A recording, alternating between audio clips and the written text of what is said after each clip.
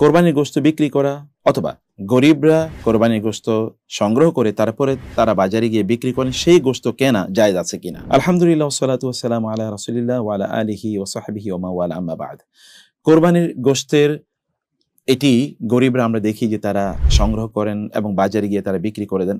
এছাড়াও কোরবানির পশুর সাথে সম্পৃক্ত অনেক জিনিস আছে, যেমন তার চামড়া আছে অথবা তার রশি আছে এবং চাটাই বা ইত্যাদি অনেক কিছু আমরা কোরবানির পশুর সাথে আমরা এগুলো ব্যবহার করে থাকি। এগুলো বিক্রি করা, কোরবানির মাংস বিক্রি করা, কোরবানির চামড়া ইত্যাদি বিক্রি করা, এগুলো জায়েজ আছে কিনা, এটি খুবই বড় একটা প্রশ্ন। আমার প্রথমে যে কথাটি বলতে চাই তা হলো আলী রাদিয়াল্লাহু তাআলা আনহু বর্ণিত সেই বিখ্যাত হাদিসটি যেটি সহিহুল বুখারীতে উল্লেখ রয়েছে।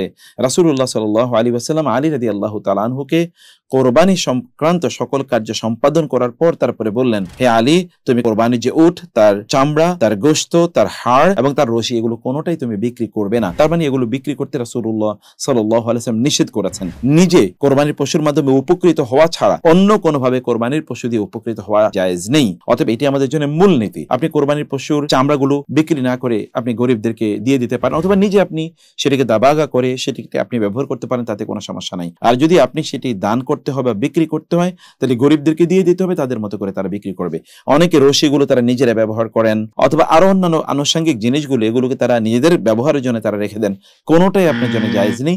এগুলোকে আপনাকে সাদাকা করে দিতে হবে, অর্থাৎ এগুলো মানুষের মাঝে, গরিবদের মাঝে এটা বন্টন করে দিতে হবে।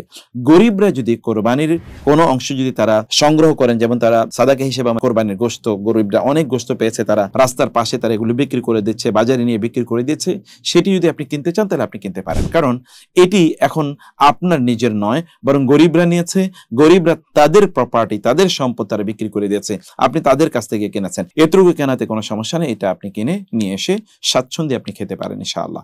আল্লাহ সুবহানাহু ওয়া তাআলা আমাদেরকে বোঝার তৌফিক দান করুন। আল্লাহুম্মা আমিন। ওয়াসসালামু আলাইকুম ওয়া রাহমাতুল্লাহি ওয়া বারাকাতুহু।